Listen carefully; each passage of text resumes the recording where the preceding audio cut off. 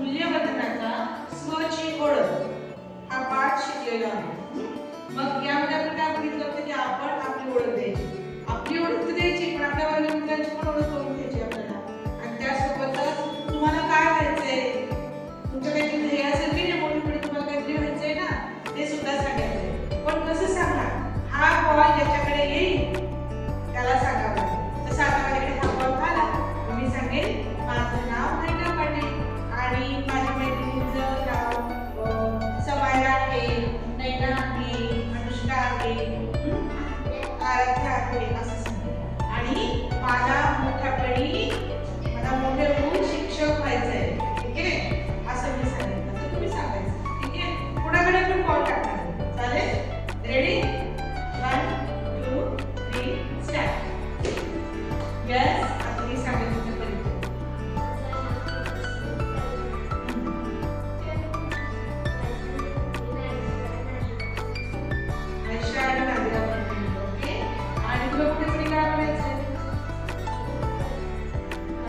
Police. अरे वा, छान, पोलीस व्हायचंय।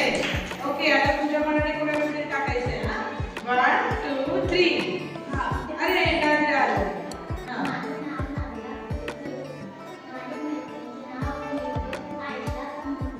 ओके, डॉक्टर व्हायचंय। अरे वा, भास्कर।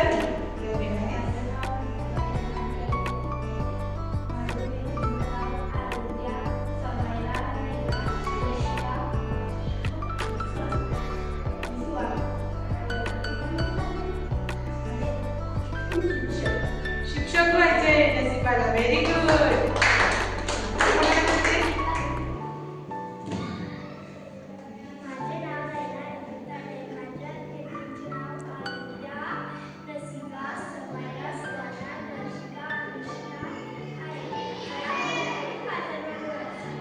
पार्लर काढायचं का स्वतःचं? वाव, ओके, आता कोणाकडे देतेस? आता आराध्याकडे आलं। Yes,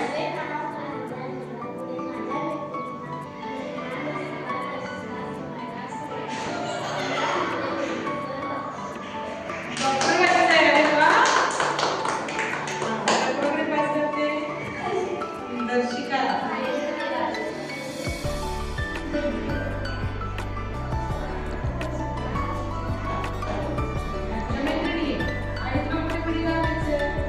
police.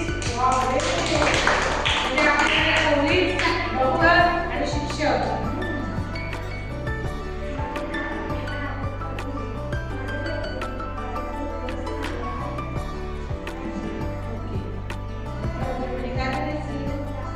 डॉक्टर।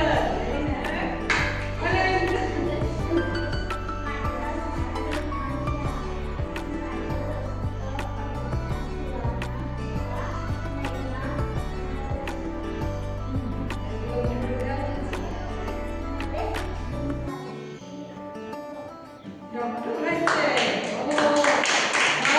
कोणी डॉक्टर होणार आहे, कोणी शिक्षक होणार आहे आणि कोणी पोलीस होणार आहे। ओके, आणि एक जण तर बिझनेस वुमन होणार आहे। तरी सांगितलं की नाही, माझं पार्लर काढण्यात बिझनेस वुमन होणार आहे। तर आपण काय, आपले हे ध्येय आहे, हे ध्येय कसं आहे, आजच पूर्ण होईल का? उद्या तुम्ही डॉक्टर म्हणून येणार आहे का? नाही, तुम्हाला डॉक्टर, इंजिनियर, शिक्षक हे सगळं बनण्यासाठी किंवा बिझनेस वुमन सुद्धा बनण्यासाठी काय करावं लागेल? भरपूर मेहनत करावी लागेल, अभ्यास करावा लागेल, त्या गोष्टीचा अभ्यास करावा लागेल। ओके, तर मग आपण करणार अभ्यास। ओके, तर तुम्हाला आता स्वतःची ओळख झाली आहे की आपल्याला काय बनायचं तुमचं ठरलंय, तुम्ही कोण आहे हे तुम्हाला माहिती आहे। तर आता स्वतःला असं एक प्रॉमिस करा तर बरं, या तर बरं, की आपण हे सगळं बनणार, आम्ही सगळं करणार।